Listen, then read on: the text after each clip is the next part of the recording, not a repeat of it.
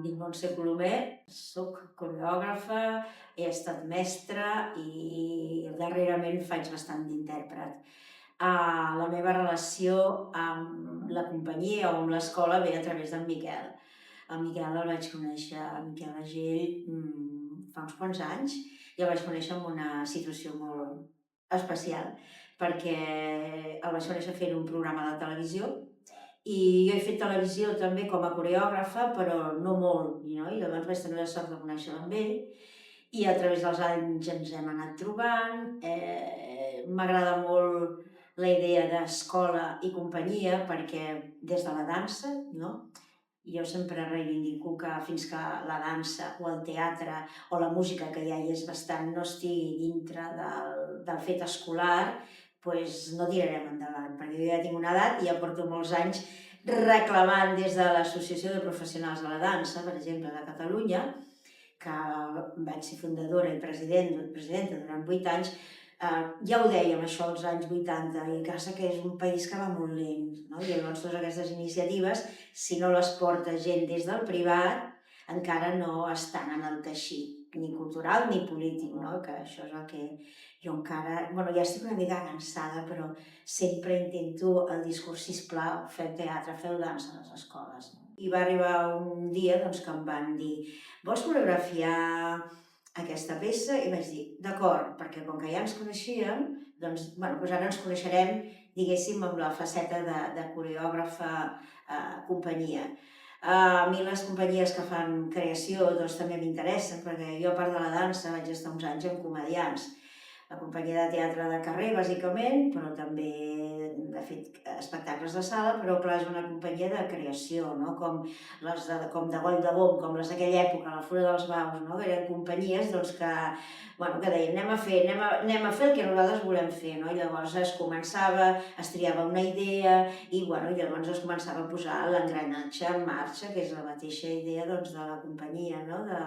De vosaltres, no? De tenir la idea, buscar un equip i anar fent, no? Que per una banda crear un equip artístic de creació, també triar els actors. Jo treballo molt des de la mirada, sí que penso les coreografies a casa, però també porto com si diguéssim un 50% pensat, però també treballo molt a veure els intèrprets, perquè els intèrprets també suggereixen coses, no tots són iguals i per exemple, quan fas coreografia, tema dansa, doncs, hi ha gent que sí que ha ballat però n'hi ha que no, llavors hi ha molts nivells, diguéssim. Per tant, a mi em va molt bé mirar, veure com treballa també el director, quines observacions fa, què li interessa, no?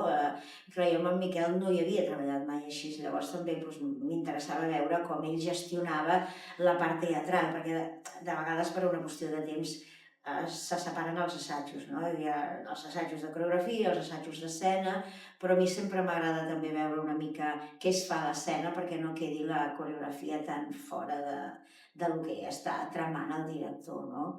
En aquest cas penso que amb en Miquel i amb el Marc Sambola, que el Marc també em coneixia, doncs no em va ser complicat perquè eren bastant clars a l'hora d'exposar el que els agradaria.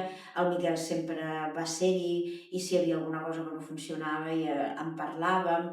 La veritat és que jo vaig poder fer la meva feina que faig sempre, però sí que va haver-hi una bona comprensió.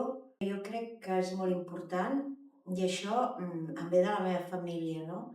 Els meus pares, en el meu germà i en mi, ens van sempre donar la idea de que és molt millor treballar amb algú que t'agradi que no amb algú que no t'agradi, no? O sigui, és molt important, si a mi m'agrada ballar o t'agrada cantar o t'agrada actuar, és molt bo trobar la felicitat amb el teu treball. Hi ha molta gent que diu, vale, llavors ja deixa de ser treball, però no, perquè jo crec que es pot compensar, no? O sigui, és interessant i penso que és saludable, no? Que si hi ha algú que t'agradi, que lluitis per això, perquè és molt millor treballar d'algú que et posa les piles, que et fa viure la vida d'una altra manera, que per anar a treballar hagis de dir, ostres, ara m'he de posar a treballar, saps?